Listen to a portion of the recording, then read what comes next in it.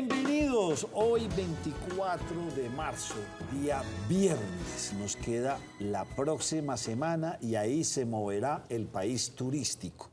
Esperemos que las vías estén transitables para que Moñitos, Coveñas, Cartagena, el mismo apartado Urabá, Turbo, se llenen de turismo y se mueva esa otra economía del país que tanto lo necesitamos. Así que las aerolíneas andan enredadas, Viva, Ultra, entonces uno no sabe qué va a pasar. Ayer un televidente me envió un correo y me corrigió y me dijo, Nacho, no se quebraron. Yo lo dije muy coloquialmente porque cuando uno piensa que frenaron, pues uno diría que se quebraron. Doctor Alarcón, ¿cómo me le va? Nacho, muy bien, gracias a Dios. Doctor Cifuentes. Muy buenas tardes. Doctora Botero. Pues doctora, no, Nacho, buenas tardes, compañeros. Bueno, entonces, ¿para qué no? Doña Lili, ¿qué hay?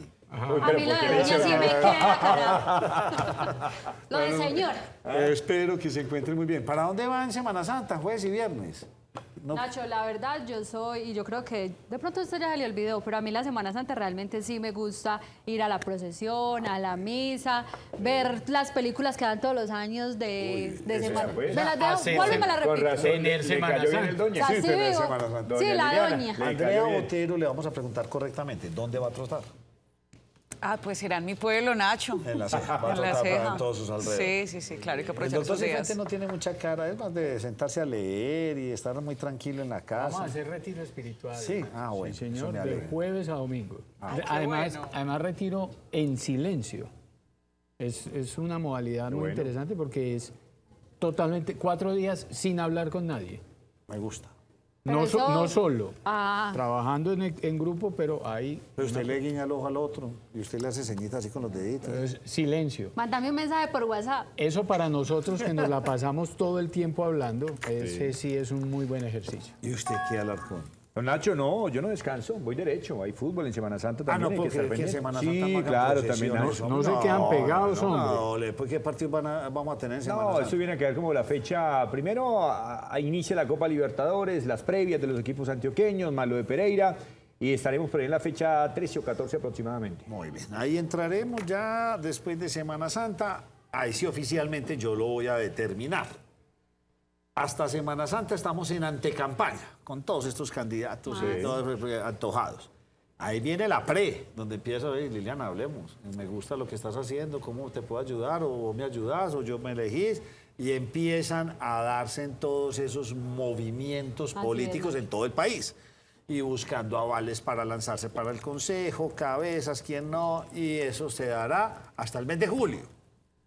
Porque viene el 29 de julio, seguiría agosto, septiembre, octubre, son los 3 meses restantes donde entraremos en campaña, ya sí, con todas las de la ley, porque a partir del 29 de julio podrán tener publicidad, podrán No, y tener vencen varios, plazos, y vencen recolección todas de esas firmas cosas. y demás. Muy bien. Lili, qué buen hombre, me levantaron la orden de captura. Sí, señor, ya no lo van a capturar por todos los delitos cometidos, aunque le cuento que el fiscal está muy enojado con usted, no mentiras, con usted no, pero sí, el fiscal levantó unas órdenes de captura que habían sido solicitadas por el presidente de la República. Él manifestó que no está muy de acuerdo.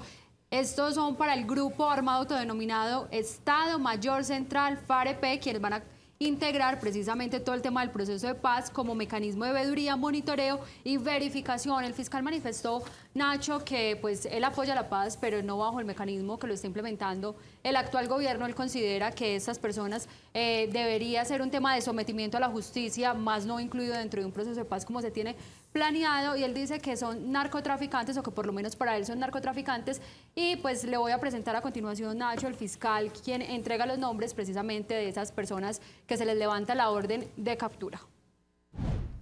Las personas sobre las cuales tiene efecto esta decisión son Luis Carlos Pinilla Cortés, Renzo Alirio Martínez, Robinson de Jesús González, Ramiro Pinzón Novoa y Walter Freddy Ruiz. La decisión que tomé el día de hoy estará vigente hasta el 30 de junio de 2023 y será comunicada a la Interpol y a otras autoridades. Eso es lo que está ocurriendo ahora en el panorama nacional. Hay un fuerte enfrentamiento entre el presidente y el fiscal. Bien compleja la cosa y empezaremos a ver estas órdenes Nacho, de levantamientos de Sí, señor, de esas órdenes de captura, pero tan compleja y tan difícil es la situación que, como dato curioso, el fiscal comienza su intervención para hablar precisamente de esta resolución diciendo lo siguiente: lo hago porque lo ordena la Constitución. No porque me guste. No, en pocas palabras, yo entender que no es porque esté muy de acuerdo con el tema. ¿Cómo se llama ese grupo? FARC, pero FARC. véntame el principio y el final. Estado Mayor Central de las FARC-EP. ¿Cómo le cambiaron el nombrecito? Las mismas FARC de toda la vida.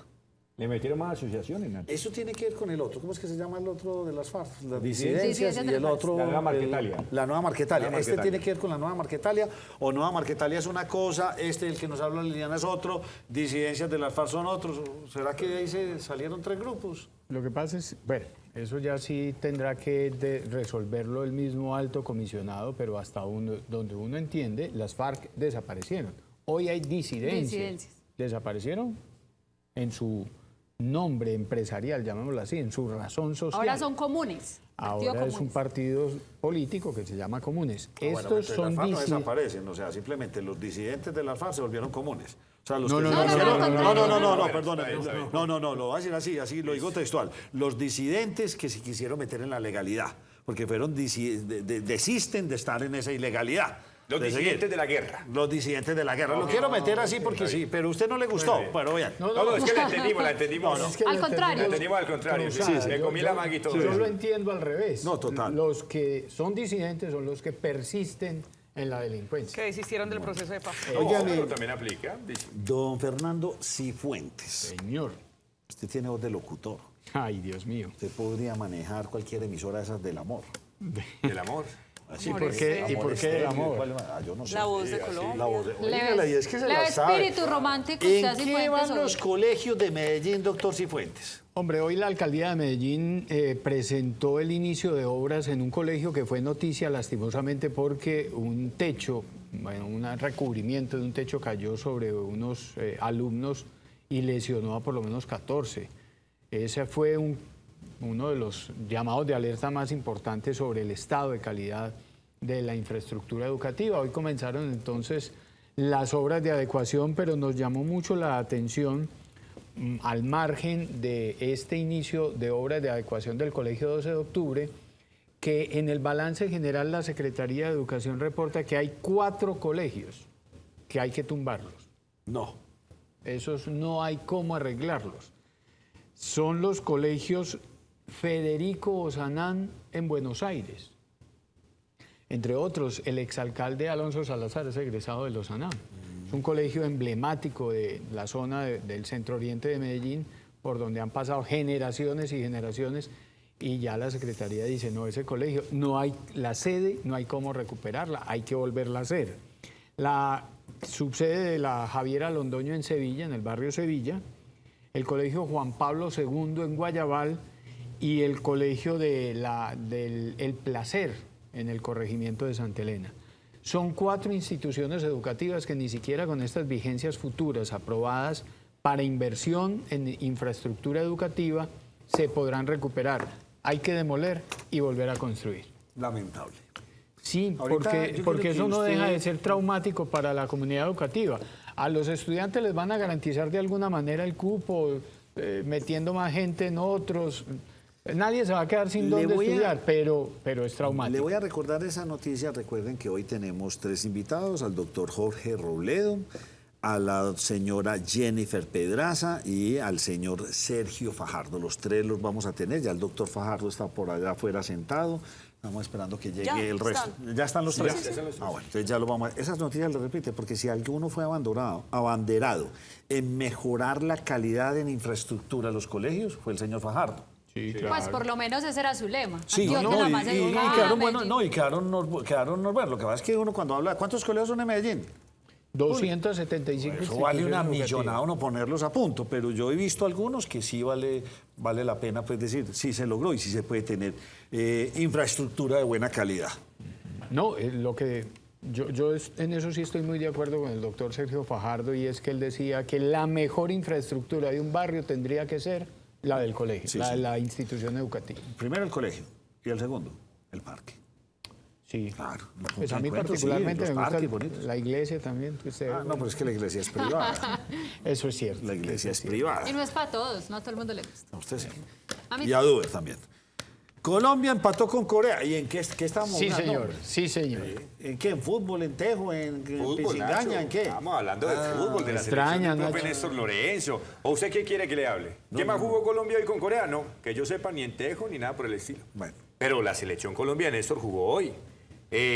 Lo sorprendió tempranamente el mundialista Corea del Sur con 2 goles de Son, doblete del minuto 10. Pero el equipo de Néstor tuvo una reacción positiva. Vamos a repasar los tantos y los tenemos, mi querido Calde. Los pasamos. Baloyes por derecha, encara, casi que le quitan la pelota. El centro y James Rodríguez, rápidamente para el descuento de pierna zurda, sigue marcando James Rodríguez. El segundo, recupera Muñoz, encara por derecha, hace la dupla con Carrascal, que también la manda a guardar al fondo y deja el partido 2 goles por 2. Le fue bien a Colombia en la parte complementaria, muy bien por Kevin Castaño, le dio mucha salida al equipo y Nelson Palacio debutó con Selección Colombia y también dejó buenas sensaciones. Muy bien Colombia. Muy mal el primer tiempo, muy bien el segundo. Sí, total. Una andanada, 5 minuticos. ¿Qué sintió que le hizo falta en ese primer tiempo? A mí me gustó. Como pundonor, ¿no? ¿Como seguridad en la parte de atrás? Sí, no, ganas sobre todo. Es que Convicción. eso pues yo no sé cómo se trabaja. Nacho, menos Nacho, ya. mal los unió allá. El No, ala, estaríamos Y que acá nos como une, partido que de no se tenis. para y eso gaguean y vuelven El y le ala meten deportiva. filosofía. Eso sí, les pierde el equipito la semana entrante. ¿Qué equipo tan no, malo? pero No, es la concentrado. selección, la Juega patria. en Ah, 4 pero es días que eso juega fue con la Japón. selección de quiénes. De mayores. Mayores, ¿Y en claro. dónde estaban jugando? En Corea. En Los Japón. mandaron hasta por allá. En Japón. En Japón, pero están jugando contra Corea. Sí. Y en 4 días, el 28, juegan contra Japón. Están en territorio asiático. Exacto. No es cualquiera. Messi y Ronaldo. Nacho, sí. Messi y Ronaldo. Cristiano, que empezó la campaña con Portugal para lo que será la Eurocopa que se viene para el año entrante. Comenzaron las eliminatorias contra la selección de Leicester, una selección que la gente conoce muy poco, pero así es en Europa, ¿sí? Pequeñas islas, pequeños países que se suman a la competencia, y marcó doblete Cristiano Ronaldo, el bicho. Repasamos también los tantos, el primero de penal. Aquí lo vemos, pierna derecha, venciendo al arquero, celebraba su gol 117 con la selección lusa, pero eso no queda acá. De tiro libre también remate de pierna fuerte y le rompe los guantes al arquero. Sin embargo, en la noche jugaba Messi contra la selección de Panamá en el Monumental, celebrando el tercer título mundial de Argentina, que obtuvieron recientemente en Qatar. Y mire la perlita que dejó. Vamos a ver, prende el sniper el argentino. Se ve con poquita resolución, pero la definición de Messi, arriba, donde no llega el predial Nacho, la acomodó. Argentina ganó 2 goles por 0 y Messi llegó a 800 tantos en su carrera como profesional, igualando el registro del señor Pelé y del señor Cristiano Ronaldo. 800 goles. Llega a todas partes, Liliana. Eso No, es un no. invento. No, Y- a donde lo no, coloca y- Messi no llega y el eso, ya predial no, ni el eso Ibanacho. fue la circular, la esférica, el balón, la pelota. Porque A donde la coloca Messi no Él va, a llega ni el él va a predial. cambiar el dicho y es a donde no llega el censo. Porque a él no lo Esa censaron. me gusta más. Lo va a Nacho, a mí no cambiar. me Porque gusta. el predial sí Todos llega a los todas días. partes. No, a usted no Sí, lo a mí no me censaron. censaron. Nos contó en estos Un días. incógnito prácticamente en el país. Donde no llega el censo. Doña María Andrea Botero, Señor, ¿qué nos van a arreglar aquí en el Oriente? usted ha escuchado, Nacho, que uno de los proyectos que tiene el gobernador de Antioquia es acerca de los circuitos viales. De hecho, ha pedido recursos también a la Nación para que lo apoyen en este propósito y comenzó uno de estos proyectos de circuitos viales a través de una vía secundaria que va a conectar el municipio del Carmen de Viboral con el municipio de El Santuario. Va a ser una pavimentación de 12 kilómetros aproximadamente. Esto tiene un costo de, déjeme De hecho, le voy a decir, estaba dentro de los planteamientos de vías hacia Guatapé, era esta ruta, y del Santuario a seguir derecho. Usted por el Santuario llega mucho más rápido a Guatapé. Conozco la vía, una vía destapada, pero es súper cortica y llega usted rapidísimo, pero ya todo esto está cambiando con los circuitos. Va a ser 99.000 millones de pesos y se va a meter por la vereda La Aldana del Carmen de Viboral, pero no solamente esa, sino que también una buena noticia para los habitantes del corregimiento de Santa Elena, y es que pues hemos visto la gran cantidad de marchas, manifestaciones que ha hecho la comunidad, porque la vía entre Medellín y Santa Elena pues es bastante deteriorada. La jurisdicción que corresponde al departamento de Antioquia se va a comenzar a intervenir este domingo, son aproximadamente 7 kilómetros que pues va a poder por fin disfrutar la gente. Esta intervención va a durar unos 5 meses, según nos dijeron el día de hoy, pero además tiene también una intervención de, se me fue por 8. aquí el dato, 8 puntos. una intervención de 8 puntos críticos. Aquí el director de Hora 13 Tiene buena memoria, él Sí. ve noticiero muy Y la juicioso en el máster. No, es que es el que me coordina ya. Y una inversión de 23.210 millones de pesos. Esto lo van a hacer a través de una concesión, la concesión del túnel de Oriente, Nacho. Muy bien. Doña Liliana, usted tenía otra noticia que contarme. Nacho, sí, vea, le voy a hablar sobre una noticia positiva que tiene que ver con el tema de medicamentos y resulta que muchas personas hoy en el país están sufriendo porque no han podido conseguir medicamentos, entre ellos psiquiátricos, que son indispensables para este tipo de pacientes, y también medicamentos como las pastillas de Planificar, que también están escasas en el país, o hay de unas marcas y no la que realmente utilizan muchos usuarios. Y pues ante esta afectación que se ha hablado, que son cerca de 20 medicamentos, según lo manifestó el Ministerio de Salud y el INVIMA, pues la Universidad de Antioquia entrega una alternativa bastante positiva, Nacho, porque ellos dentro del laboratorio que tienen van a empezar a producir medicamentos. 3 de ellos que se encuentran escasos tienen como meta que sean 5, y esto se hizo a través de un convenio con el Ministerio de Salud y una inversión de cerca de 5.000 millones de pesos. Empiezan ellos en esa producción y dicen que pues podrían ser muchos más podrían ser más medicamentos, siempre y cuando tengan el apoyo del gobierno nacional y se entreguen las garantías económicas para que ellos puedan seguir realizando este proceso. Bueno, antes de recibir a nuestros invitados aquí en la primera mesa de Opinión de Antioquia, el pibe estaba como bravo. ¿Con quién? Bastante. Nacho, mire, Carlos El Pibe Valderrama, ídolo, lo digo de forma personal, de la selección, de este servidor también, no ha estado muy conforme con lo que ha sido el manejo, con los ídolos en la selección, cuanto a las críticas para Falcao, para James y para Cuadrado, y con el tema de Juan Fernando Quintero. Recordemos que Carlos El Pibe Valderrama, antes de ser hincha de la selección, que supone uno que es lo primero, también es hincha del Junior de Barranquilla. Juan Fernando Quintero no pudo estar con el Independiente Santa Fe por una molestia física. Se suponía que estaba lesionado y aún así viajó a territorio japonés para integrar la convocatoria del técnico Néstor Lorenzo. No hizo parte de la práctica el día de ayer, por lo que se prendió la suspicacia de, bueno, ¿qué es lo que está pasando? ¿Cómo es que un jugador que está lesionado va a la concentración y se va a pasear a Japón? Estaba molesto y esto fue lo que dijo Carlos El Pibe Valderrama. A la selección, primero es la selección, primero es la selección, primero es el país, eso no lo podemos cambiar por nada, primero es la selección. Pero si estoy bien, porque si yo estoy bien y voy a jugar contra Santa Fe y me lesiono contra Santa Fe, no me mete el técnico porque estoy lesionado, no puedo viajar a la selección si estoy lesionado. Por ahí vi ahorita de que ya no puede jugar mañana porque está lesionado. Es que este pelado sí es bobo. Sí, bobo. Bobo. ¿Por qué? Porque, fíjate tú, estamos arrancando un nuevo proceso, buscando lo mejor que tenemos, y entonces voy a ir lesionado para no jugar. Eso no lo entiendo. Pero primero es la selección. Esté el equipo como esté, pero primero es la selección Colombia. Bueno, ahí lo tienen ofuscado. Primero la selección Colombia. Esperemos que algún día vamos a ir y avanzar y llegar para lejos. Ustedes... Ya estamos en Japón. No, el Lejos. avance más grande para ustedes es que al menos lleguemos. Ya estamos Sí, en Japón.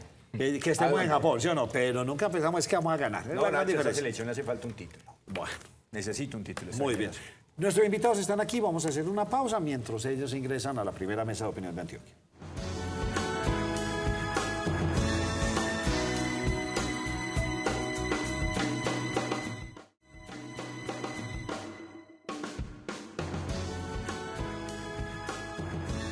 Y saludamos a nuestros invitados, primero las damas, porque así debe ser, doña Jennifer Pedraza, representante de la Cámara. Bienvenida, ¿cómo está usted? Hola Nacho, muy bien, muchísimas gracias. Un saludo para todo el panel también.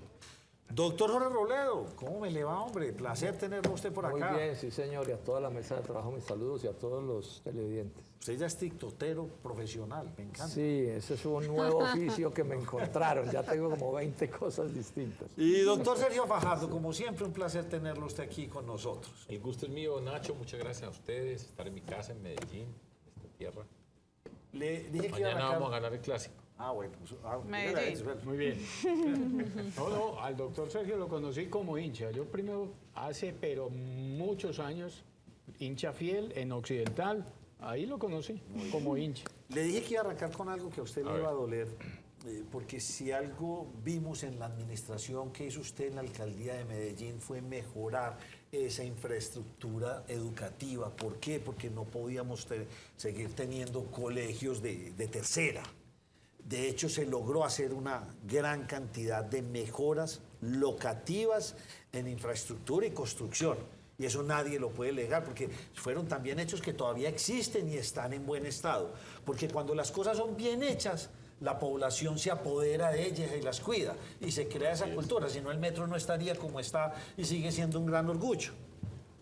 200 instituciones, más o menos un poco más de 200 colegios en Medellín, y nos dan la noticia hoy que están, ¿qué?, en el suelo. Comenzó un proceso de intervención. Sin embargo, dentro de esas intervenciones encontraron que por lo menos 4 colegios no tienen solución y hay que demolerlos. Entre ellos, el Federico Sanán, que obviamente, me imagino el proyecto de reconstruirlo, usted lo conoce mejor que yo. Decía yo al comienzo que de ahí salió Alonso Salazar, Claro que egresado. Sí. Entonces... Yo que no lo sorprendí de forma negativa.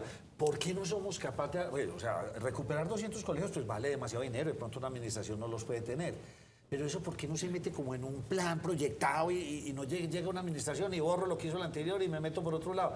¿Por qué realmente la educación parece ser como tercera y a usted que le gusta tanto el tema y lo apasiona? Medellín, la más educada, fue el proyecto que yo lideré acá cuando nosotros llegamos al poder y transformamos esta ciudad. Cambiamos la historia de esta ciudad. Plata en Medellín hay y bastante. Lo que pasa es que no se la pueden robar. Porque cuando se la roban, cada que se roban, ¿qué? Se robaron un colegio de esos. Cada que roban, ¿a quién le están robando? Siempre a los más pobres. A los ricos nunca les roban. Es a los más pobres los que les roban y le están quitando las oportunidades. Segundo punto. Y tercer punto. Esto es una decisión política. Usted tiene, Medellín tiene recursos, repito, Medellín tiene mucha plata. Y es cuestión de tener una programación. Todos esos colegios deben tener una forma de hacerle seguimiento, en qué están, cómo están, trabajar con rectores, rectoras para organizarlos. Eso es una vergüenza para esta ciudad. Nosotros en Medellín, en Antioquia, tenemos plata para muchas cosas y mientras no se la roben, se puede poner toda en educación y transformar las condiciones de la gente de Medellín y de Antioquia. Ustedes me aprovechan que voy a abusar de él por su conocimiento. ¿Por qué no hemos sido capaces en nuestro país de replantear la educación? O sea, ¿cómo es que en un país no vemos historia? Eso es a mí me parece vergonzoso, era una de las materias que más me gustaban en el colegio. ¿Sí o no? Nos sacan un montón de cuestiones. ¿Cuál es ese modelo a seguir entonces, doctor Sergio Fajardo, para que realmente tengamos una educación de calidad, pero que no nos olvidemos de dónde venimos? Voy a hacer una cuña aquí. Hágala. En estos días voy a empezar un video podcast sobre educación. El título del video podcast es Con educación todo se puede. Porque en el fondo, la mayoría de las personas en nuestra sociedad no sabe bien qué es lo que ocurre en el mundo de la educación. Cuando decimos educación, todo el mundo tiene simpatía. ¿Quién no? ¿Quién no está dispuesto, quién no está interesado que tengamos la mejor educación de calidad para la niña más pobre, de la familia más pobre de Medellín, que pueda tener la misma educación que las personas más ricas de esta sociedad? Eso está clarísimo.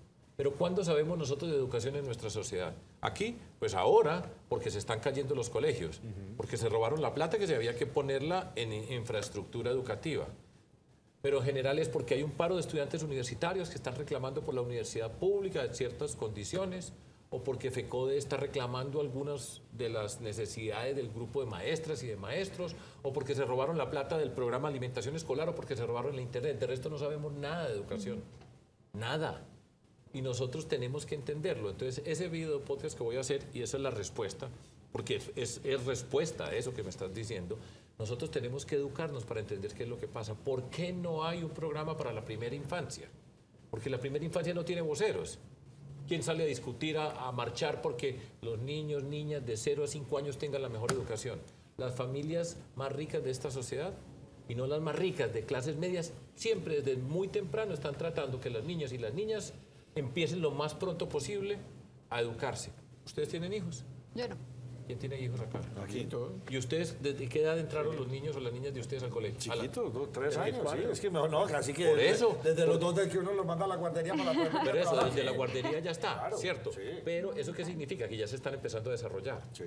¿Quién sale a marchar porque necesitamos guarderías para todos los niños y niñas de Colombia? Nadie. No tienen voceros. Y ese es el primer paso para luchar contra las desigualdades tan grandes que tiene esta sociedad.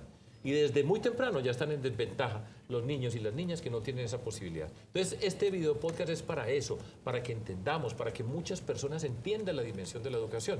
Pero hay que hacerlo atractivo, porque muchas veces pasa que el universo, el discurso de la educación es un discurso que se duerme la gente, pues de muchos expertos, entonces no atrae. Esa es la tarea. Así haya simpatía, no hemos hecho de la educación un bien público de verdad, que no haya que solamente se marche por unas personas, sino por todas. Ese es el reto. Última pregunta, y lo voy a sacar del tema porque yo sé que eso lo apasiona a usted y eso estamos clarísimos. En Colombia la educación debería ser por territorios. Educar a la cultura paisa a la costa en otra, a los llaneros, a los cundiboyacenses, o definitivamente no somos un país de regiones como para uno llegar a pensar a futuro en buscar esas posibilidades. La educación tiene que ser el gran proyecto nacional de este país. Tenemos que conocer nuestra historia, la historia de todas las regiones, tenemos que conocernos como colombianos, colombianas. En Colombia, en todos los pueblos de Colombia, nosotros hemos ido por todos, se canta y se baila. Tienen culturas distintas, eso es apasionante. Sí. Tenemos que estudiarlas, entenderlas, reconocernos y por supuesto hay cosas específicas de cada región. Pero es un proyecto de país. Nosotros tenemos que estar orgullosos de ser colombianos, de ser colombianas. Por supuesto, nunca perdiendo la identidad de lo que uno quiere, pero es para unirnos a todos, no para separarnos. Yo por eso no creo mucho en esos proyectos que quieren separarnos. Pues nosotros somos parte de esta Colombia. Eso es lo que yo pienso. Adelante. Yo fui 26 años. Fue representante de los estudiantes. Yo fui 26, es que aquí todos estamos metidos en este asunto. Yo fui 26 pero años. este es el vocero oficial. Sí, pero yo les cuento esto que no se sabe mucho. Yo fui 26 años profesor de tiempo completo en la Universidad Nacional de Colombia, en la sede de Manizales. Sí, o sea, yo me muevo ahí, pues, por razones obvias. Y todas las fallas que se le ven a la educación en Colombia son ciertas. Pero es que yo hago una pregunta que es más lamentable. ¿Qué funciona bien en Colombia? Como de qué nos podemos seguir. Este programa funciona no, pero me estoy refiriendo a las cosas del Estado colombiano. O sea, ¿qué podemos decir? No, bueno, es que Colombia le da un ejemplo al mundo, ¿cierto? De que la infraestructura, que la ciencia, bueno, la justicia, que no sé qué. Y entonces yo estoy insistiendo mucho en esta idea, que a mi juicio es bien importante, es que Colombia es un país que produce por habitante $6.000 de riqueza al año. Los gringos producen unos $72.000 de riqueza al año. Los países desarrollados todos están de $40.000 hacia arriba. Luego nosotros tenemos un capitalismo de míseros $6.000 y eso marca una condición. Eso no es un cuento, no es lo mismo ganar un salario mínimo que 10 salarios mínimos. Y eso está en el alma de todas nuestras cosas y de todas las mediocridades nacionales que se reflejan en educación, pero en salud. O sea, uno se sale de las grandes ciudades donde el sistema de salud pues más o menos funciona y uno se va a las poblaciones apartadas y la gente se muere de una gripa.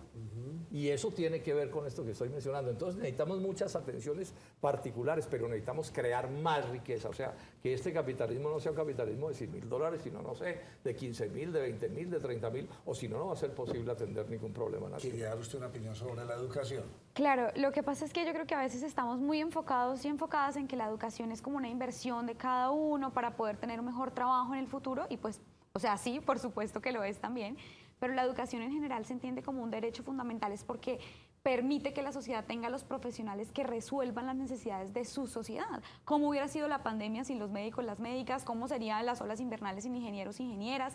Y en ese sentido, por eso es que la educación es un derecho fundamental. Hoy, a mi parecer, esta es una de las grandes falencias del Plan Nacional de Desarrollo. Nacho preguntaba, ¿esto no debería estar en un plan? Por supuesto que a nivel regional, sin duda alguna, pero también a nivel nacional. Desde el principio hemos dicho que se necesita una reforma al Sistema General de Participaciones, que es de donde sale la platica que le llega a las regiones para financiar saneamiento básico y educación, toda la básica y media, incluyendo la apuesta por 3 grados de preescolar público, que hoy lamentablemente no tenemos en todo el territorio nacional. Entonces creo que esa debería ser una exigencia en la que quizá todas las regiones podamos unirnos, porque de lo contrario, desde ahí empiezan a nacer las brechas. No es lo mismo un niño o una niña que pueda acceder a los 3 grados de preescolar a uno o una que entre en transición. Ya de ahí en adelante las brechas se van a seguir ampliando y eso es lo que creo que tenemos que entender. Y hay que entenderlo, hacerlo, porque hay países que lo han logrado y nosotros nos quedamos como en el limbo, como que sí, como que no, siempre, usted tiene toda la razón. Y no, y lo solucionamos aquí este sectorcito y el resto sigue ahí. No, hay que solucionarlo y hay países que lo han logrado. No es imposible. Bueno, educación, tema que a usted le gusta, muy importante, la sufrí mucho, sobre todo con mi hija, que era una lectora compulsiva. De hecho, me iba arruinando porque era una mujer que se leía 2 y 3 libros semanalmente. No eche cuentos que le iban a hacer esta No, eso era una cosa impresionante. Es muy difícil, ¿cierto? Y yo me iba para el colegio a pelear con el profesor de física y de matemática y le decía, A ella le gusta es leer. No, es que si no me gana matemática, no la paso yo, pero por Dios. Pregunta, hasta que logré conciliar, y le dije, es que esa es su sapiencia, esa es su fortaleza. Y logramos pero conciliar. necesita Claro una que base de matemáticas, no, sí, educación pero básica no le en demerite en este al doctor momento de es- matemáticas. sí, No critiquen las matemáticas, pero perdone, Con si eso, usted en bachillerato no gana matemáticas, usted para que no fuera bachiller. Y yo pienso que es un problema que, o sea, si usted no sabe números aquí en la educación, usted no es nada. Ahí se Estoy de metió, acuerdo con usted, ahí que se medio sepa. metió, se metió en un Pero no, berenjenal. pero lo digo. Pero por supuesto no Ah, para es que ser de verdad que es que este matemático. hombre... Matemáticas. Sí, es que el Pero hay matemático. que hay saber dos tener unos matemáticos en la conceptos mesa. básicos de matemáticas. Sí, sí. Porque si usted no entiende Claro. matemáticas, entonces ¿cómo va a explicar aquí una encuesta? Es cierto. Por ejemplo, No, Sergio Fajardo, y le digo otra cosa. Es que del colegio nos deberían enseñar sobre economía. ¿Cómo es que no tenemos una carrera, una charla de economía? ¿Cómo ahorrar? ¿Qué son acciones? ¿Cómo hacer? Es que Eso tiene que tenemos ver con muchas matemáticas falencias. financieras. Toda, que se puede- sí. Todo eso se puede hacer. Ahora hay que entender las diferencias entre los gustos y las habilidades de los estudiantes. Eso es. Y por supuesto Y no todos fortalezca tienen que las salir habilidades. iguales. Claro. Muy bien. Bueno, dejemos ahí, chuleamos Lo- eso. pero lo voy a poner en una frase que a mí me gusta mucho, Diga. ya que estamos acá. Uno, en el sistema educativo y para mí en el mundo de la política y lo público es saque lo mejor de la gente. Usted tiene un talento para comunicar, vamos a apoyarlo para que usted avance con ese talento. Necesita unos conocimientos básicos que le van a servir, pero apóyelo, saque lo mejor. Lo que vemos hoy en política es sacar lo peor, saque la rabia, que es muy fácil. Sacar la rabia, sacar el resentimiento, sacar el malestar es facilísimo. Con 2, 3 palabras usted lo saca y por eso se convierten en unas redes sociales donde insultan y hay gente que se siente dichosa insultando porque está metida dentro de una burbuja donde todos están insultando. Sacar lo mejor de la gente exige un trabajo muy distinto Y usted y ha dado ese es esa el reto. pelea. Y la Usted tenemos la que ha seguir dado. dando. Hay que Jenny, sacarla. por ejemplo, un pajarito me contó que usted es una, pero re fuerte en toda esa reforma política, pero enseguida vamos a hablar de tema. Doctor Robledo, estamos refundando el país en este actual gobierno. Es que esta cantidad de reformas y todo esto, No, y es un pero globo uno muchas detrás del cosas no, otro, pero y la gente no está Esa entendiendo. es una de las falacias, a mi juicio, que hay sobre esta administración. Ayer acaba de publicar el Ministerio de Hacienda un informe del Fondo Monetario Internacional y que felicita a este gobierno en todo. Entonces aquí no pueden estar cambiando nada porque aquí no ha habido gobierno anterior a este al que no lo hayan felicitado los del Fondo Monetario Internacional. Entonces yo no veo aquí realmente cambios profundos de los que necesita realmente el país para cambiar. Pues puede haber unos cambios. algo así como Pero, por que ejemplo, todo cambie para que todo siga igual. es más o menos. Entonces vuelvo a lo que mencioné hace un momento. Petro no está haciendo nada por sacarnos del capitalismo los $6.000. En las cosas generales está haciendo lo mismo que hizo Duque.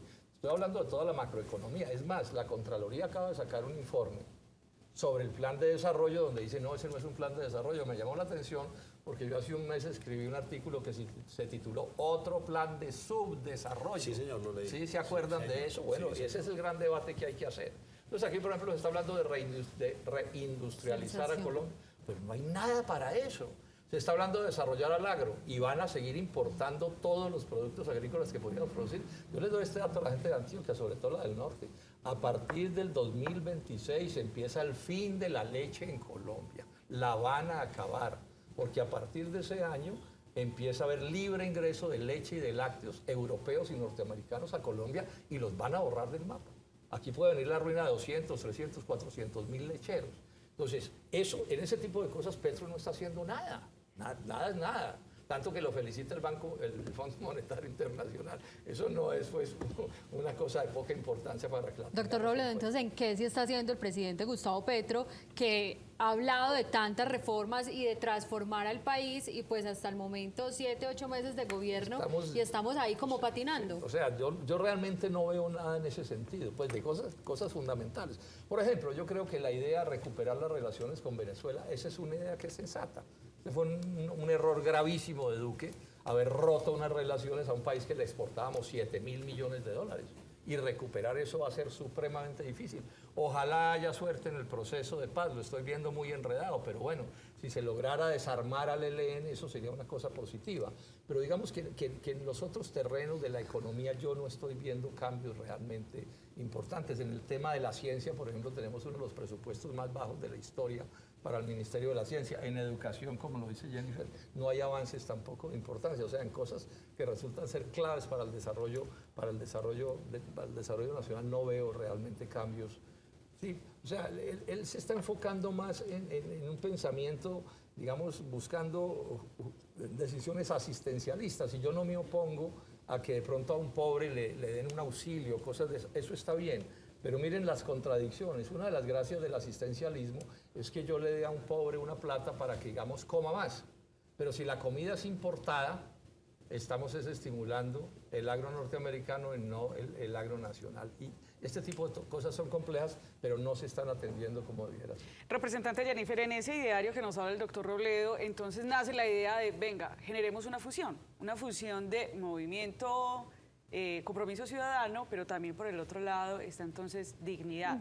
Hablemos de esa fusión de ambas fuerzas políticas. Bueno, precisamente nosotros como fuerzas políticas, tanto Dignidad como Compromiso Ciudadano, ya veníamos trabajando y coincidiendo previamente desde las elecciones presidenciales del 2018, pero tomamos la decisión de fusionarnos primero porque creo que coincidimos en una lectura sobre el gobierno nacional que nos hace ubicarnos hoy en la posición de independencia frente al gobierno del presidente Gustavo Petro, toda vez que podemos identificar algunas cosas acertadas que se están desarrollando, pero que también pues, no nos va a temblar la voz para señalar las cosas equivocadas, como lo vamos a hablar ahorita sobre la reforma política, y eso digamos de contenido, pero también hay unos asuntos de forma. De alguna manera Fajardo lo planteaba al principio, nosotros creemos que se puede hacer política de manera distinta y creemos que dependiendo de cómo se llega al poder se gobierna, y si hay una prueba de eso ha sido este gobierno. Lamentablemente el gobierno empeñó muchísimo con la política tradicional, y hoy yo lo veo en el Congreso, que la bancada de gobierno del presidente Gustavo Petro sea la mayoría de los partidos tradicionales, digamos, con los que tanto luchábamos antes y a los que tanto criticábamos, y con los primeros que se concilia, hace de entrada que a mi parecer el cambio hoy, o la promesa de cambio por la que la gente votó, esté en riesgo, y hay que hacer una labor de veeduría y de intervención ciudadana importante. O sea, las personas, por ejemplo, yo voté por Petro en la segunda vuelta, pero eso no quiere decir que entonces yo voy a tragar entero todo lo que aquí pase. Por el contrario, creo que el movimiento social debe tener un papel de hacer veeduría y de hacer revisión de que ese mandato social sí se cumpla y no termine en las manos de los politiqueros tradicionales, que es, a mi parecer, pues lo que hoy principalmente veo en el Congreso de la República. Yo creo que igual hay cosas acertadas, por ejemplo, creo que la política industrial que se ha presentado es importante, revisar los tratados de libre comercio es clave para hacer un balance y mostrarle al país cuál ha sido el resultado de todos esos años de apertura económica sector por sector. Creo que la reforma laboral tiene un buen camino, hay que revisar y ajustar para que obviamente no barra a la producción nacional de pequeños, medianos empresarios y empresarias, pero pues sin duda alguna creo que por esa voz, por la necesidad de esa voz de la independencia, yo soy una sola congresista de nuestro partido, y aún así creo que las posiciones que hemos presentado en el Congreso han sido muy importantes y muy valiosas para la opinión pública, precisamente por esa posición de independencia. A mí, jóvenes como ustedes, los admiro mucho, y mi pregunta va para ustedes dos. ¿Por qué siguen ustedes en política? Esto es adictivo, esto es qué.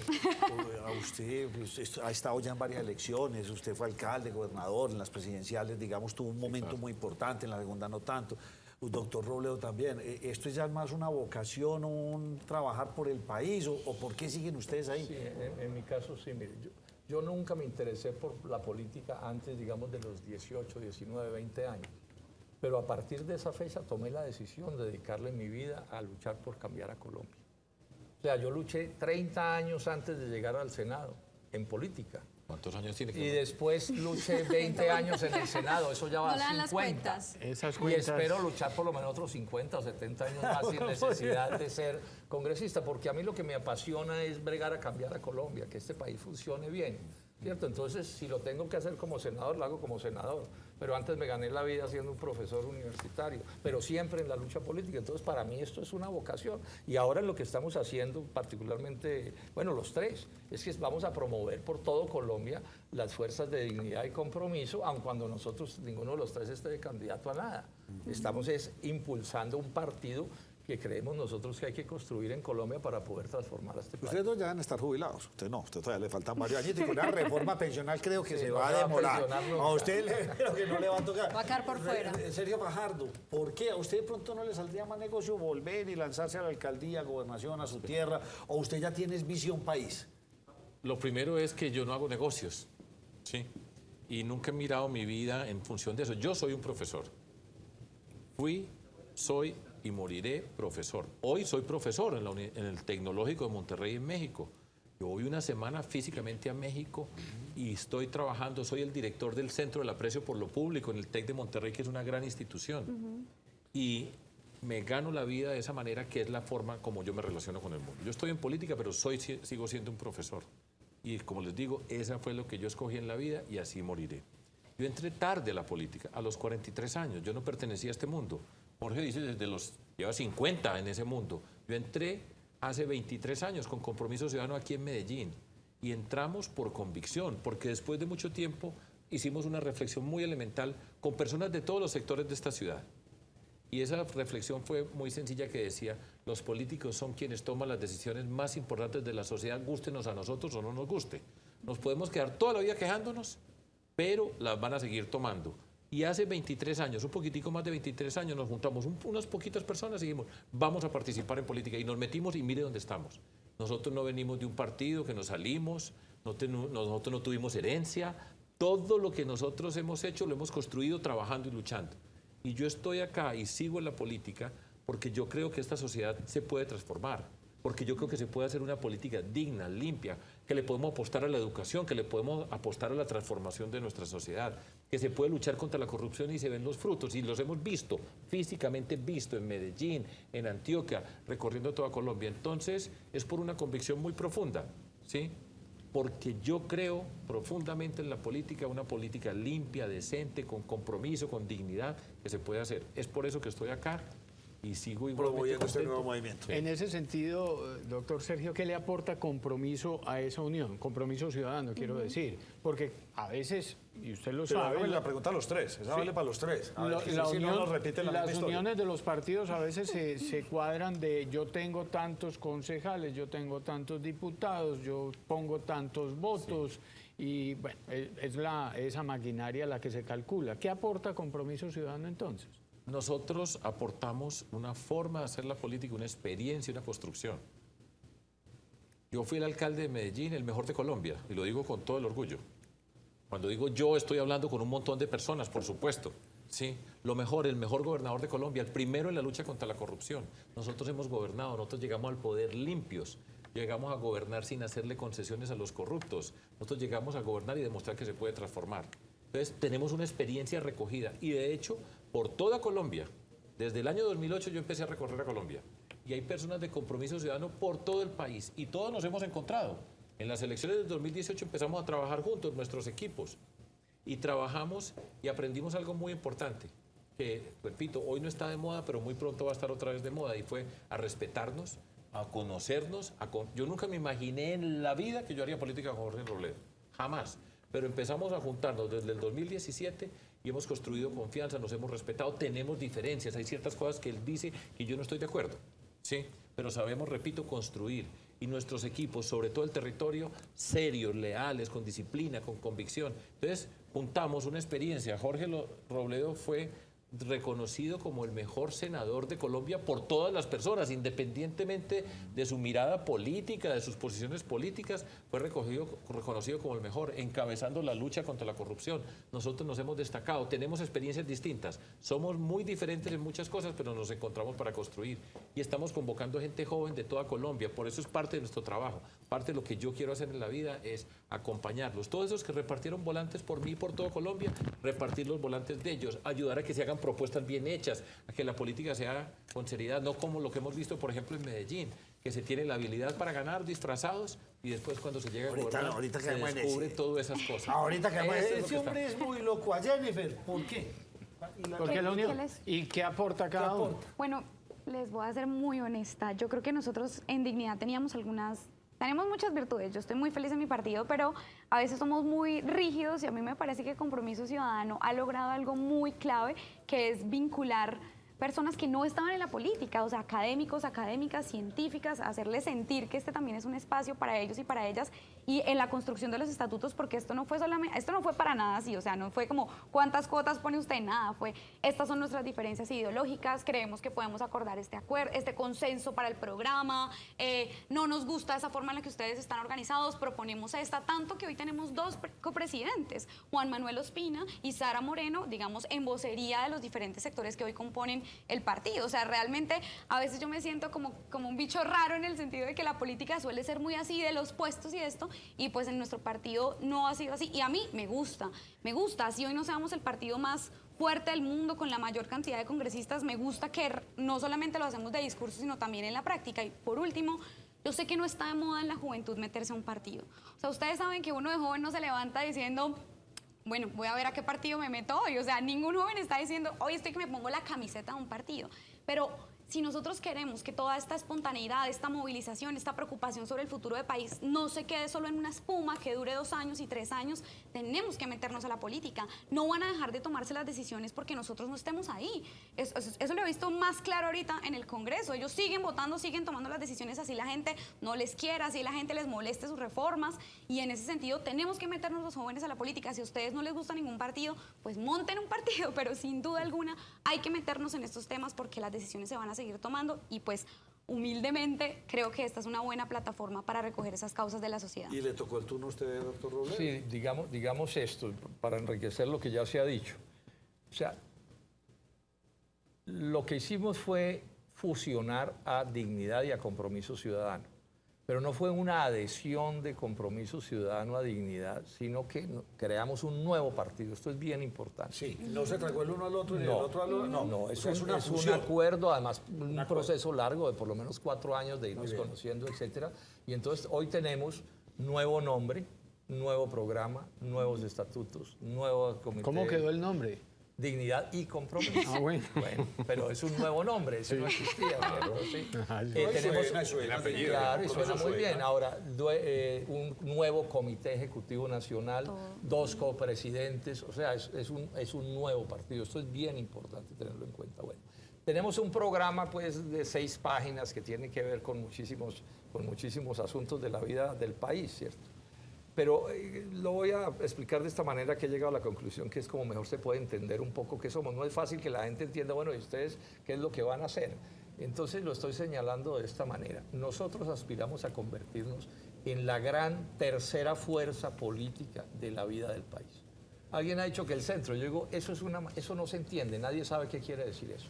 En cambio, decir que somos la tercera fuerza política del país, eso empieza a ubicar con más precisión. Bueno, ¿cuáles son las otras 2 a las que nos estamos refiriendo cuando decimos tercera? Bueno, es obvio, las fuerzas de lo que construyó, ¿cómo se llama? El expresidente Álvaro Uribe. Álvaro Uribe y de lo que construyó Gustavo Petro. O sea, las otras 2 fuerzas son el uribismo y el petrismo. A nuestro juicio está claro que esas son 2 fuerzas que no son capaces de lograr las transformaciones que nosotros queremos para Colombia. Entonces nosotros decimos, somos esa tercera fuerza que sí va a ser capaz de lograr todo esto. Pero con esta advertencia que es importante, no nos consideramos los únicos colombianos que estemos con la actitud de tercera fuerza.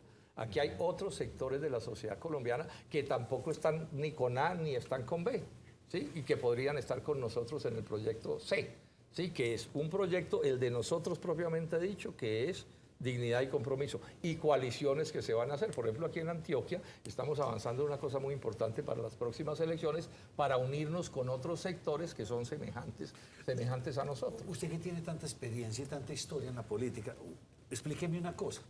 ¿Por qué liberales y conservadores tienen tantos congresistas y nunca sacan un candidato? Y usted ahí hace referencia a 2 fuerzas muy grandes, ¿sí o no? Que los de Petro y los de Uribe. Y los liberales, usted los desapareció y los conservadores se acabaron. Están allá. ¿Qué es lo que, por eso, pero ¿por qué no son fuerzas? ¿Qué les pasó? A la hora del almuerzo yo hacía este comentario, ¿no? Digamos que aquí durante casi 200 años o 100 y pico de años solo hubo 2 fuerzas políticas, que fueron el Partido Liberal y el Partido Conservador. Y algunas fuerzas, llamemos de oposición o de izquierda, que el Partido Comunista, cosas de ese corte, ¿cierto? La NAPO y no sé qué. Pero estas fueron las fuerzas que monopolizaron el poder en Colombia. Pero sus fracasos fueron tantos, ese capitalismo de los $6.000 de los que yo hablo, la inmensa corrupción política del país, el subdesarrollo industrial y agropecuario, la politiquería y todo, o sea, tantas cosas mal, empezaron a fraccionarlos. Hay una cosa que alguien decía, en política el acierto es una condición indispensable. Si usted no acierta, a usted se le termina rompiendo su fuerza de una u otra manera en parte. Entonces, lo que tenemos hoy aquí al final, ¿qué es? Una fuerza como nosotros, y de pronto algunas que se parezcan a nosotros. Y las otras son todas subdivisiones de los partidos tradicionales, de los que llamaba Gaitán, los mismos con las mismas. Y el uribismo es eso, el uribismo es, digamos, el resultado de solo fuerzas de esas. Y el petrismo, que se supone que era la oposición y era distinto, terminó unido con Juan Manuel Santos, con Ernesto Samper, con César Gaviria, con el Partido Conservador, con el Partido Liberal, con el Partido de la U. Entonces se desdibujó por completo, perdió su carácter, yo creo que lo tiene perdido. Y lo probó la reforma a la salud. Entonces Petro propone y ofrece un tipo de reforma a la salud, no entremos en detalle. Y cuando llegó a aplicarla, sus socios le dijeron, no, esa no. Aquí le tenemos esa otra. no. Y entonces el otro aclaro una cosa. cosa, esos socios no entran a la política o a un gobierno sin mermelada. Sin mermelada son paralíticos, no hacen nada. Pero al mismo tiempo no entran sin su equipaje. Miren lo que pasó en Cali. Se pensó que el alcalde de Cali iba a arrodillar a Ilian Francisca para que hiciera lo que a él se le diera la gana. Y miren lo que terminó sucediendo, que es lo mismo que le está pasando a Petro. ¿Sí? ¿Por qué? Porque es que ellos representan otros intereses que no son los del cambio. Estos personajes que yo acabo de nombrar, cualquier cosa quieren en Colombia menos que cambie. Pero usted está diciendo algo muy preocupante. Entonces lo que usted está previendo es que vamos a tener una administración con esa palabra tan maluca de mermelada, porque si no, esto no va a funcionar. Y entonces de la única manera que vamos a poder aceitar esto, y de la única manera que todos estos congresistas se van a poder reelegir. Pero déjame, yo preciso y van a presentar una reforma política. No estoy diciendo que todos y cada uno... No, obvio. Pero sí estáis diciendo que una parte muy grande de sus socios, muy poderosos en este gobierno, lo primero que los lleva ahí es la mermelada. No entran sin mermelada, son paralíticos sin mermelada, pero ojo, tampoco entran sin sus ideas, sin sus puntos de vista que a mi juicio son retardatarios. Pero sí, en el tema de la salud, por ejemplo, es evidente que esas fuerzas lo que no quieren es que haya ningún cambio de ningún tipo. Pero en ese sentido, doctor Sergio Fajardo, que sí tiene todavía lógica apostarle a los partidos, porque uno plantea, lo que ha acabado de plantear el profe Robledo es, no, los partidos son un fracaso. No. Pero ustedes dicen... La forma como hacen las cosas, unos partidos. Pero yo creo, es por eso nosotros nunca fuimos de ningún partido, y Compromiso Ciudadano nunca fue de ningún partido. Construimos el primer movimiento cívico en esta ciudad. Nadie había visto una persona repartiendo un volante para una esquina con una pancarta y de lado a lado caminando. Nadie. Y se la copiaron muy bien. Por supuesto. Y terminamos engañados. Y ahí estoy seguro. Pero mire usted, nosotros hicimos esa gran transformación, pero nosotros no pertenecimos a ningún partido. Porque esos partidos no han dado respuestas. Porque esos partidos y el cáncer de esos partidos que viene desde el Frente Nacional cuando se acostumbraron a partirse el poder. Usted maneja 4 años, usted maneja 4 años, la mitad de la burocracia es suya, la mitad de la burocracia es mía. Esos partidos se acostumbraron a tener puestos, contratos y les entró el cáncer profundo del clientelismo, que es la puerta de entrada a la corrupción. Por eso no sirve. Ahora, tienen capacidad para elegirse. ¿Usted ha oído a alguien decir en el Congreso de la República, alguien, pregunto, dentro de esos partidos, algo acerca del que era senador Mario Castaño? ¿Que usted ya ha visto todo lo que se robó? ¿Alguien ha dicho eso? Del Partido Liberal. Senador del Partido Liberal. Senador del Partido Liberal. El Partido Liberal no da ninguna explicación. ¿Ha dado alguna explicación? Y el hermano trabaja aquí, es el que dirige Ruta N. El hermano dirige Ruta N. No quiere decir que si él fue un pillo, no puedo decir que el hermano sea. Claro. Pero ¿ustedes han oído algún congresista del Partido Liberal decir, no puede ser que Por supuesto que no. Entonces, aprendieron a vivir con el poder. No tienen las personas para liderar el país. Se olvidaron de liderazgos, de presentar ideas y propuestas y se dedicaron al negocio. Y ese es el negocio que le hace daño a este país. Y en esta administración, con el presidente Petro, que buena parte de su carrera la hizo diciendo que iba a luchar contra la corrupción, que prometió que si quedaba de presidente de la República, de hecho iba a llamar a las Naciones Unidas a crear una misión especial en Colombia, como la que dirigió quien es hoy ministro de Defensa, una persona que yo respeto, admiro, pero creo que está totalmente equivocada en el lugar en donde está, que iba a venir acá a luchar contra la corrupción. La palabra corrupción no aparece. ¿Por qué? Porque si usted llega al poder con clientelistas y corruptos, con ellos va a gobernar. De la forma como llega al poder, así gobierna, les tiene que pagar. Eso no es que, tranquilo, que póngame todos los votos y después usted se va para la caneca. No, ahí están. Y no hay lucha contra la corrupción en nuestro país. Eso es parte de ese cáncer que tiene esta sociedad. Nos va dejando usted como preocupado. Yo hago una precisión. No hay que preocuparse, hay que trabajar, hay que empujar. Pero Nacho, es que por ahí hay unos temores muy grandes de caer en el paisaje de otros países. Perdón, Jennifer, yo digo una cosa de 30 segundos. sea, hay dos maneras de hacer política. Creando organización de tipo democrático, o bueno, o no de tipo democrático, pero yo soy de los que creo en eso. Y hay otra forma de hacer política, ¿sí?, que es la de los caudillos. Yo creo que lo de los caudillos es absolutamente estéril. Eso es lo que ha demostrado la historia, ¿cierto? Entonces lo que necesitamos es construir organizaciones que pueden ser de uno u otro tipo y llamarse partido, movimiento, lo que sea, ¿cierto? Pero el punto es que sean, a mi juicio, democráticas. Por ejemplo, lo que estamos haciendo en Dignidad y Compromiso. Sergio y yo no somos los dueños de esa organización, ni Jennifer. Nosotros somos unos más ahí que estamos en el Comité Ejecutivo Nacional, pero el Comité Ejecutivo Nacional es un cuerpo colegiado en el que a la hora de votar y para tomar una decisión, cada uno de nosotros tiene un voto. O sea, no es que yo saco y digo, no, yo pongo 20 votos aquí, ¿cierto? Esa es una cosa bien importante en Pero, en don Jorge, yo le quiero refutar ese concepto. Yo Algo quiero decir cortico, algo le quiero también. refutar el concepto. Bueno, hágale. Yo No, soy- es que... Bueno, Ya, dale, Jennifer. dale. No, es que no me quiero salir de ahí porque me gusta mucho, Nacho, el prospecto de los caudillos. Es decir, este país está dividido no por concepto ideológico, sino a quién le gusta Uribe y a quién le gusta Petro. Y cuando uno a veces habla con gente que ha leído, que conoce, que está en bibliotecas, hombre, qué bueno que el señor Jorge Robledo fuese presidente, o qué bueno que Fajardo tuviera un chance, etcétera.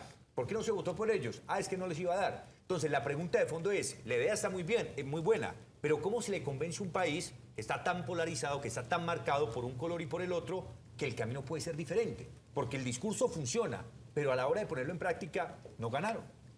Una tía mía tenía mucho para decir. una respuesta para Sí, no, preguntas esa complejas como esa. Decía, con paciencia y un palito.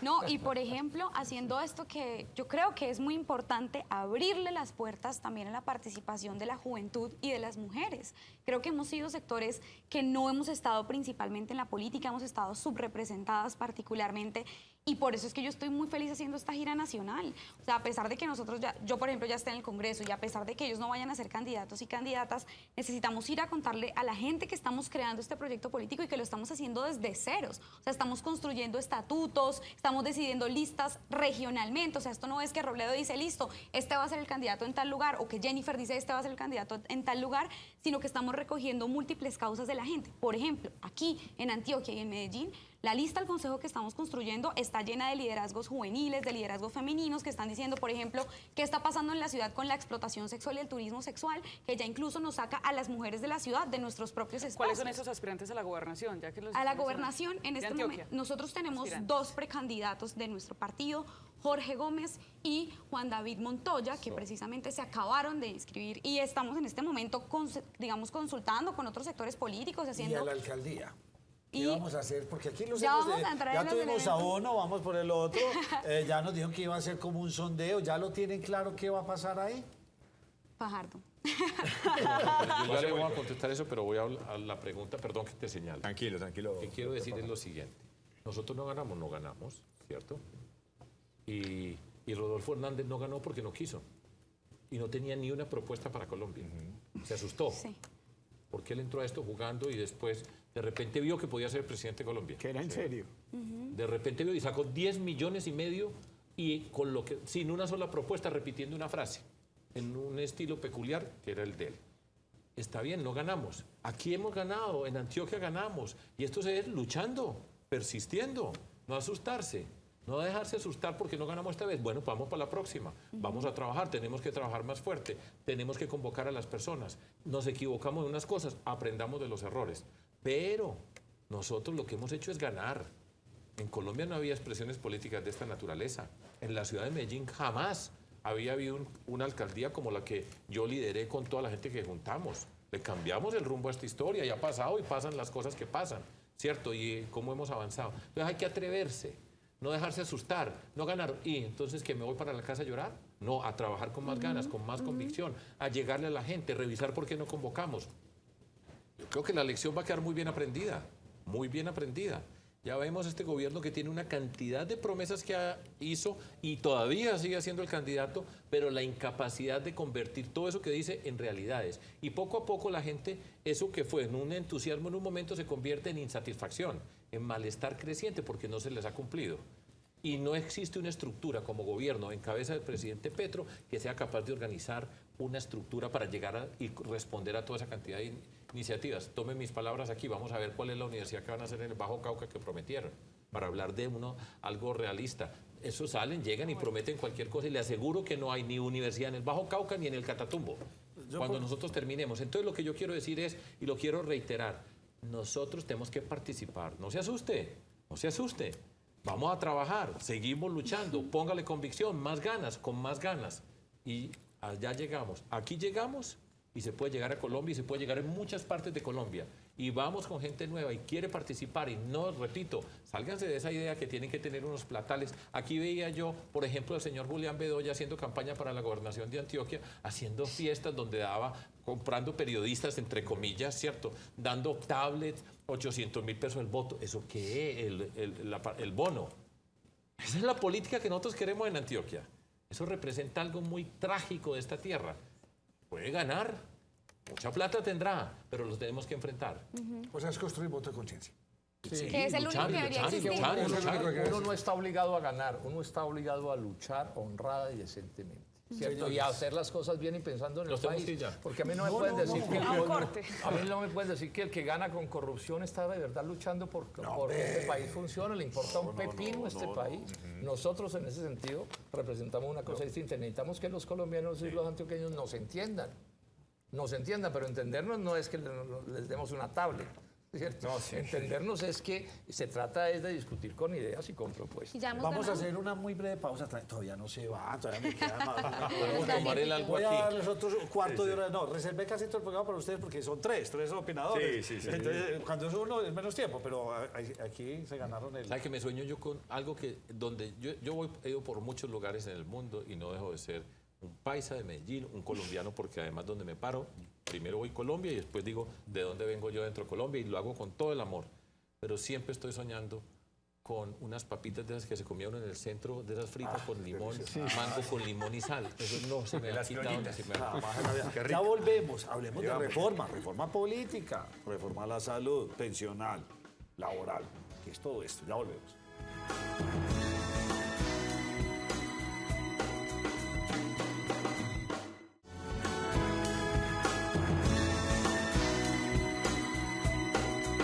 Esta sección es patrocinada por el Raspa y Listo de la Lotería de Medellín.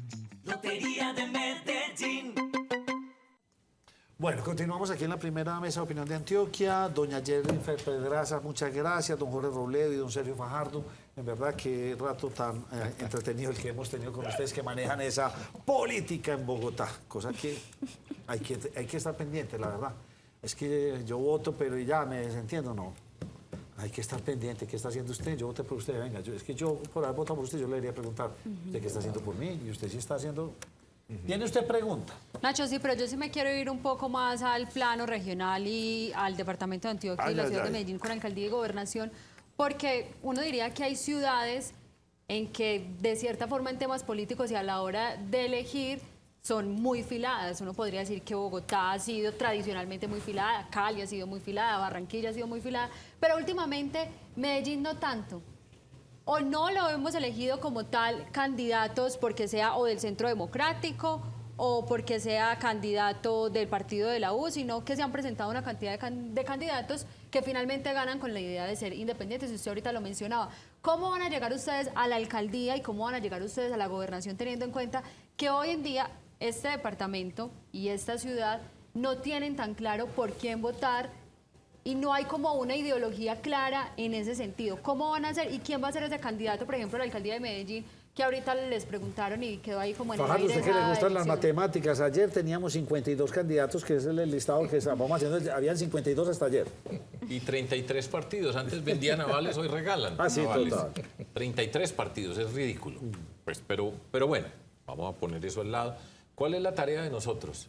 La que nosotros tenemos en este momento, y las cosas tienen subidas y bajadas, lo que nosotros tenemos que hacer es decirle y presentarle a esta ciudad qué ciudad nosotros queremos. Este alcalde, de la mano de este alcalde llegó un mundo de corrupción que ha hecho un daño extraordinario. Ya lo hemos explicado con la infraestructura de la educación. Y usted ve a Medellín y da lástima a Medellín en su expresión física, que es una expresión de un sentido de pertenencia, de querer la ciudad, eso está destruido. Entonces lo que nosotros le tenemos que presentar a Medellín es cuál es la Medellín que queremos. Tenemos que construir eso. ¿Y cuál es?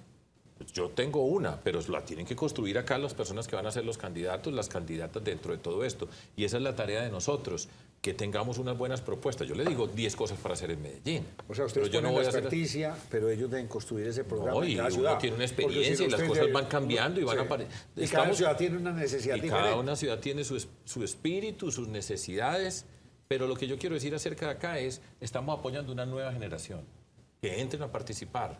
Nosotros participamos, repito, la primera encuesta en que yo salí, Fernando estaba y Nacho estaba, ustedes estaban muy jóvenes, 0%, cero. Si hubiera sido por eso, 0%, no estaba yo aquí sentado, si no decía, no, pues con cero yo me voy para la casa. No. Entonces estamos construyendo una nueva generación, estamos luchando por una nueva la política. Hay un grupo de personas que están conversando dentro de todo esto, pero no estamos llegando a decir nosotros, es este. Yo no voy a salir a decir, es esta persona. Y ahí están, por ejemplo, Daniel Duque, que es de Compromiso Ciudadano, que creció en Compromiso Ciudadano, está dentro del Partido Verde, pero que ha sido un luchador dentro del mismo Partido Verde, contra ese mundo que entró a hacerle daño a ese partido y que ha sido una voz importante en esta ciudad. Lo mismo que Camilo Calle para la gobernación de Compromiso Ciudadano y entraron a tener un aval del Partido Verde y han luchado contra las formas de la política. Está también César Hernández, está Juan David Valderrama, está Luis Bernardo Vélez, Luis Peláez está también participando dentro de todo esto. Y son esas personas, puede haber otras personas más, pero que hagamos política, que le digamos a esta ciudad qué queremos, cómo queremos, no negocios. Ese es el reto. ¿Y cómo lo van a ¿Cuándo elegir lo van a entonces? resolver o cómo lo van a hacer? Vamos avanzando porque uno de los problemas para mí, y en eso podemos discrepar, es que en lugar de hacer campañas se pasan negociando. Entonces, ¿qué vamos a hacer? Y se reúnen y 800 veces reúnen y la campaña está físicamente en las calles, hay que recorrer todos los barrios, hay que ir a recomponer el tejido social, lo que se destruyó acá, ¿sí? Y eso es parte de lo que tienen que ir haciendo los candidatos, las personas que estén ahí. Y esa lista para el Consejo, tenemos una lista extraordinaria de gente que quiere participar en política, que no tiene precio. Ese es el reto. Ahora vamos dándole. Vamos a ganar, yo no sé, pero eso no es el problema en este momento. Y además haga la política. Tengamos en cuenta que nuestro partido es un partido democrático. Yo lo dije hace un momento, nosotros no somos los dueños de esto. Y venimos aquí a ayudar y a colaborar y a estimular, pero al final es la dirección departamental y las direcciones municipales de Dignidad y Compromiso las que tomará sus decisiones. Ahora, si llegan a tomar una decisión pues absolutamente absurda, pues seguramente desde Bogotá diremos, oiga, pero un momento. Pero en condiciones de normalidad, entonces aquí verán cómo es el mecanismo para escoger el candidato a la alcaldía, a la gobernación, quiénes pueden ser, lo mismo con las listas, etcétera, y nosotros acompañamos los procesos. Como usted es más jovencita y tiene toda esa... Y necesitamos mucha Colombia llena de Jennifer. Sí, total, estoy de acuerdo. Sí, pero eso es un ejemplo. Yo soy convencido de que la gente joven tiene. 100 años y 27 años. Pero, si eso es lo que a chicanear por 3 añitos. Pero, ojo que la juventud no siempre es sinónimo de calidad. ¿Cierto? ¿Sí? Conozco su trabajo, pero yo he visto gente joven en el Congreso que Pues está creo brindando que paletas. tenemos que hacer, sin duda alguna, creo que en parte por eso también nos esforzamos mucho, porque estamos aquí en una tarea de abrir camino para la juventud y mostrar que los jóvenes también podemos hacer un papel destacado en el Congreso de la República. Yo diría una sola cosa sobre el tema de Antioquia. Yo creo que Antioquia y Medellín merecen mucho más que Quintero, que Bedoya, que Trujillo, que podemos conseguir unas candidaturas alejadas de esa forma de hacer política y de ese fondo, que al final yo creo que representan quizá esa decepción que yo también tengo por esa coincidencia que ha terminado teniendo el pacto histórico y su concreción aquí regional, que ha terminado cediendo frente a toda esa politiquería cuando hay gente tan luchadora aquí en Antioquia pidiendo espacios para participar en política que vienen de muchas causas democráticas.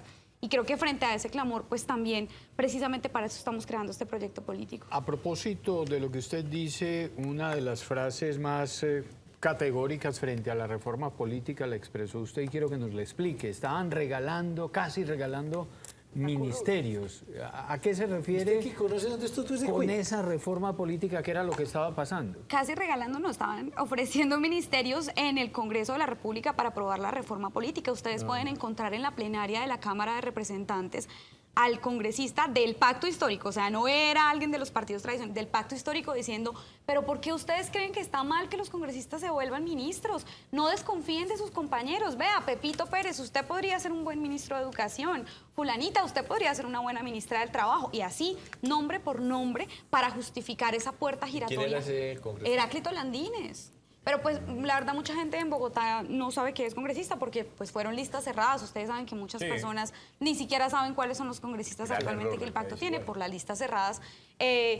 Y la verdad yo creo que... Y el ministro Prada, cuando ya estaba el mico que incluyeron que permitía que los actuales congresistas encabezaran las listas cerradas, y estábamos oponiéndonos junto con congresistas declaradas de gobierno como Catherine Miranda, Catherine Juinao, que son del Partido Verde, el ministro Prada se paró y dijo, nosotros queremos que esta reforma se apruebe, y cuadró a todo el mundo para que no se rompiera el quórum, porque hubiéramos podido hundir la reforma política en ese momento, pero fue el ministro Prada, para que no nos digan ahora que esto cogió como un baldado de agua fría al gobierno. No, ahí estaba el ministro defendiendo la reforma política cuando ya tenía este mico, y prometieron que iban a bajar los micos en la segunda vuelta de la reforma política, y cuando empieza la segunda vuelta resulta que le metieron otro mico, que no es solamente que los congresistas se puedan volver ministros, sino también que se pueden devolver después si se aburren a los 6 meses del ministerio en el Congreso. Sobre esa base, ¿qué tipo de control político, qué tipo de separación de poderes? Y no solo ministros, sino otros cargos, ¿no? O sea, Sí, estaban otros ofreciendo, cargos, era por mil supuesto. cargos. Ese esperpento, y lo tengo que decir así, o sea, entonces yo soy congresista, me voy, soy ministro, pero mi puesto queda reservado. ¿Sí o no? Exacto. Pero además, Nacho, Y si no, yo me vuelvo. pero además con este agravante, esa historia ya la vivió Colombia. Es que Ya, en Colombia fue antes se podía ser senador e irse de ministro. Y eso se desmontó por corrupto y por manipulador y por tramposo. Y entonces llegan en el gobierno del cambio a decirnos que eso es lo que hay que hacer. Nos Porque es que devolvamos. tienen, Hay que volvernos tienen a la, los tienen 90, la visión 80. de perpetuarse en el poder como sea. Que es por lo mismo que se inventaron lo de las listas cerradas. Era una manera de comprarse a los actuales congresistas, de montar una mayoría a punta de clientelismo y de ventajismo. Y en el nombre del cambio, es que lo que está pasando es demasiado grave. Nacho, la pregunta que tú hiciste es muy importante porque esto no fue como que se le incluyera en medio del trámite legislativo. Desde que radicaron la primera versión de la reforma política ya estaba incluida la puerta giratoria entre el legislativo y el ejecutivo. No vengan a decir, ay no, es que me volvieron nada la reforma ahí en los retazos que le metieron en el Congreso. No, desde que la radicaron estaba así. Y fue la Comisión Primera de Cámara la que tumbó que las listas cerradas las pudieran encabezar los actuales congresistas, y después en la conciliación la revivieron. Y en política se sabe que en la conciliación no queda nada que el gobierno no apruebe. O sea, en la conciliación es en donde uno realmente ve la voluntad política del gobierno. ¿Qué es la conciliación? Cuando un texto de un proyecto termina diferente en Cámara que en Senado, el ministro y el gobierno tienen una posibilidad de elegir con qué texto se queda. Representante, ¿qué tenía de bueno esta reforma? Digamos el tema de la lista cremallera o que hubiese una paridad. Hay dos cosas que tenía positiva esta reforma. Uno, la financiación estatal de las campañas, pero en este caso solamente era cuando ya estaban conformadas las listas, o sea, no había financiación para las primarias. Y dos, una apuesta por la paridad. Yo creo que la apuesta por la paridad es muy importante. Estamos hablando de que por lo menos la mitad del Congreso seamos mujeres. Hoy la mitad de la población colombiana somos mujeres y solamente somos el 30% del Congreso de la República. Y digamos, muy luchado y muy sudado porque sabemos que hay múltiples barreras. Pero a mí me parece que estas cosas positivas realmente se ven pequeñas al lado de los grandes micos. Y una cosa que no traía, que es fundamental, con esto cierro, Jorge, con esto cierro, que es el tema del Consejo Nacional Electoral. O sea, ¿cómo es que la reforma política del cambio no despolitiza al Consejo Nacional Electoral? Este es el órgano, la mayor autoridad que hay en este aspecto en el país, el que se supone que debe sancionar a los partidos políticos corruptos que vuelen los topes, pero hoy se elige el Consejo Nacional por el Congreso. El CNE lo elige el Congreso, es absolutamente politizado, refleja la correlación de fuerzas que hay en el Congreso, y la gente que se quema al Senado, digámoslo así, termina montándole a los partidos en el CNE. Incluso hoy hay un magistrado que fue denunciado por feminicidio, nunca fue hallado culpable ni inocente, pero está ahí en el CNE. ¿Qué garantía podemos tener las mujeres? Doctor Robledo, déjeme pensar mal pensado. O sea, falta una constituyente, teníamos esta reforma. No, yo no creo que... Porque usted lo dijo ahorita, esto es como tratando de hacer para yo perpetuarme en el Sí, poder era con un esta poco- reforma ese era un política. Yo poco tengo la- dos caminos. ese era un O poco hago la una astucia. constituyente o me voy trato por este Ellos primer camino. plantearon inicialmente las listas cerradas con la carnada de que era la manera de asegurar que hubiera mitad de mujeres en el Congreso y mitad de hombres, pero eso fue una carnada, porque rápidamente le quitaron esa paridad y se pasaron a que los actuales congresistas tendrían algo así como el derecho de encabezar la lista de los en las elecciones del 2016. Entonces pongo este ejemplo: 12 congresistas de cualquier partido. Se les da el derecho de encabezar la lista cerrada, y lo que quiere decir eso es que el primero distinto a ellos no podrá estar antes del puesto 13. porque los otros le montan una trinca y una manguala. Y esa era la manera del gobierno nacional de comprarse a las mayorías del Congreso, que ya en buena medida las tiene, pero ratificarlas para tenerlas en el 2026 también, fuera porque tuvieran un presidente amigo de ellos o porque no lo tuvieran. Pero estaban era consolidando una especie de manguala política, y voy a decirlo con toda claridad, cuyo jefe era Gustavo Petro, y él lo sabía que eso era lo que se estaba haciendo. Aquí no se pueden venir con el cuento de que es que entonces Prada no se dio cuenta, Petro no se dio cuenta, Roy no se dio cuenta, pues los despistados del universo. No, todo esto estuvo fríamente calculado y les fracasó porque afortunadamente el país reaccionó en contra. Esta mañana decía usted en Hora 13, doctor Sergio, que algo así como mala tos le escucho al perro. Mala tos le siento al perro, que es un dicho de los campesinos cuando lo oye está enfermo. Exacto. Eso es lo que está pasando, lo que sucedió con la reforma política, es lo que podría estar pasando con el resto de reformas, porque pareciera que el gobierno está en un mar de negociaciones y que la reforma pues realmente no es la que necesita el país, sino la que yo sea capaz de sacar. ¿Qué es lo que está pasando con las otras? Mire, yo trato de tener una posición constructiva en medio de toda esta discusión. Y voy a hacer unas observaciones con respecto a esas reformas. Yo creo que el país necesita reformas. Colombia tiene que cambiar y nosotros tenemos que ser capaces de ser la tercera fuerza que le muestra un camino del cambio a Colombia. Y voy a ser, repito, constructivo. Yo creo que la reforma tributaria era necesaria. Colombia tiene unas desigualdades muy profundas y una de las formas de avanzar en la lucha contra esas desigualdades es que las personas que tenemos más, aportemos más. Así de sencillo. Ahora, ¿a dónde van esos recursos? Que ese es el problema, ¿cierto? ¿Usted qué va a hacer con esos recursos? Hay una dosis de asistencialismo que se necesita. Hay unas personas que tienen una pobreza y unas condiciones que no tienen la más mínima capacidad de desarrollarse. Las tenemos que apoyar y tenemos que hacer un esfuerzo por la educación, por todo esto, para que se convierta en un vehículo para transformarnos como sociedad, para generar empleos productivos y para hacer una transformación. Entonces, yo creo que esa reforma tributaria, en términos generales, está bien. De hecho, yo creo que un punto notable del gobierno nacional es el ministro de Hacienda, José Antonio Campo, quien trabajó conmigo, que nosotros construimos las propuestas. La reforma tributaria que se hizo es básicamente la que nosotros teníamos como propuesta. Usted puede tener algunas observaciones, pero yo le digo, y estoy haciendo un esfuerzo de ser serio y riguroso con ustedes como personas, con ustedes aquí conversando para decirlo. Ahora, en las otras reformas, yo creo que hay unos aspectos positivos.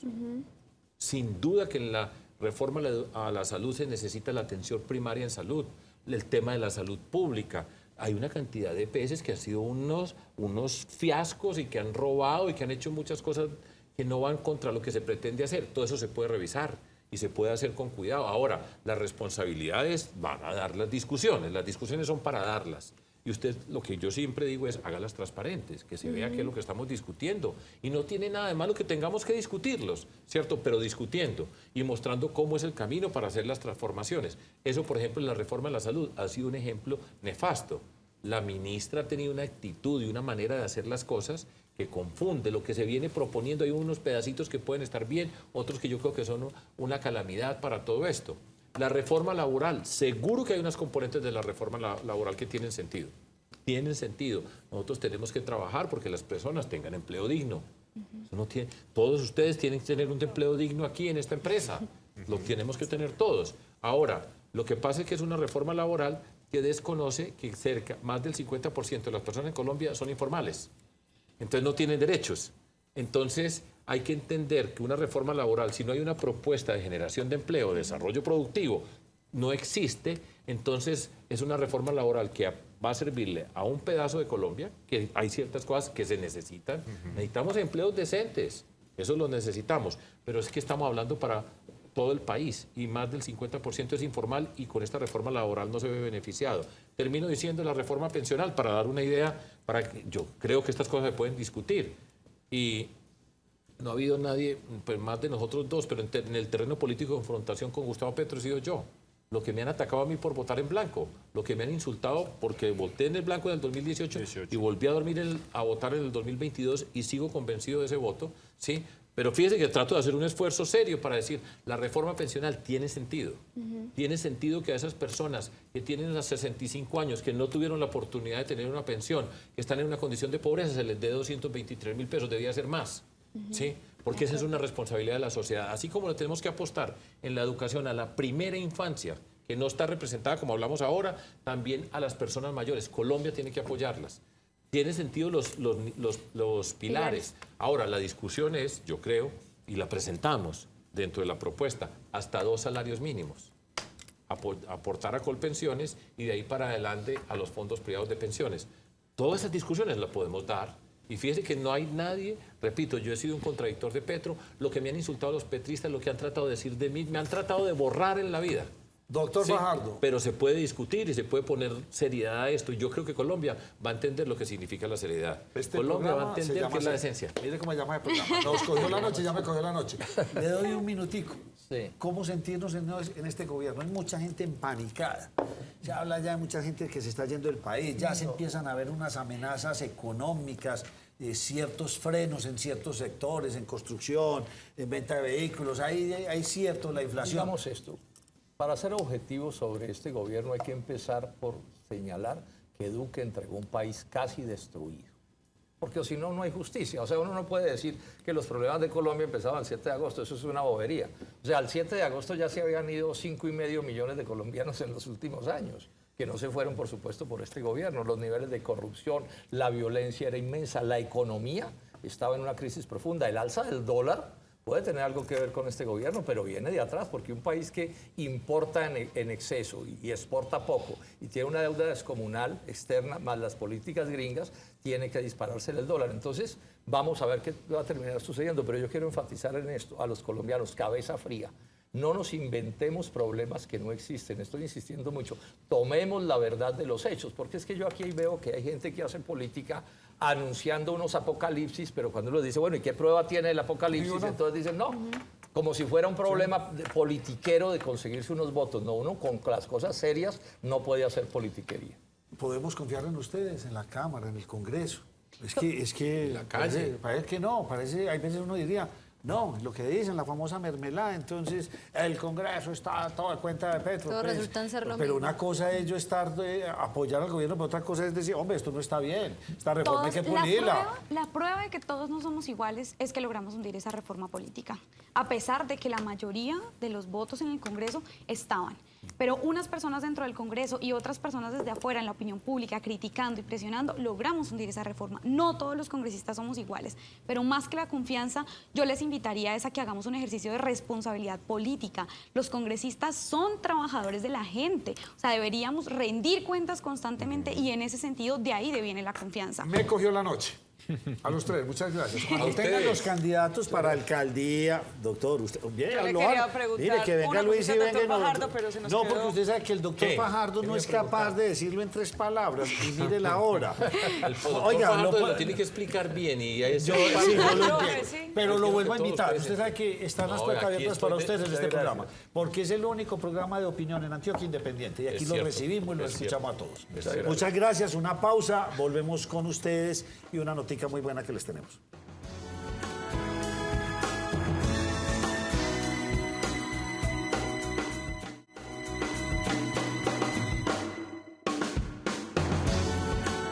Vamos ahora con recomendaciones de salud oral y hoy vamos a hablar puntualmente de cirugía maxilofacial. Doctor, bienvenido, gracias por aceptar la invitación. Hola Andrea, ¿cómo estás? Buenas tardes. Doc, cirugía maxilofacial. ¿Para quién es una cirugía maxilofacial? ¿Qué pasó que el diagnóstico llegó ahí y nos están diciendo es que la última opción es una cirugía maxilofacial? Bueno, te cuento. La cirugía maxilofacial tiene varias áreas. Una de ellas, y la que hemos hablado hoy principalmente, es la cirugía ortognática, que es los pacientes que tienen alteración en la posición o el tamaño de los maxilares. Puede ser tanto de la mandíbula como del maxilar superior. ¿Cómo es la preparación? ¿Qué tiene que hacer una persona que ya sepa que ese es el camino? ¿Cómo se prepara previo para la cirugía?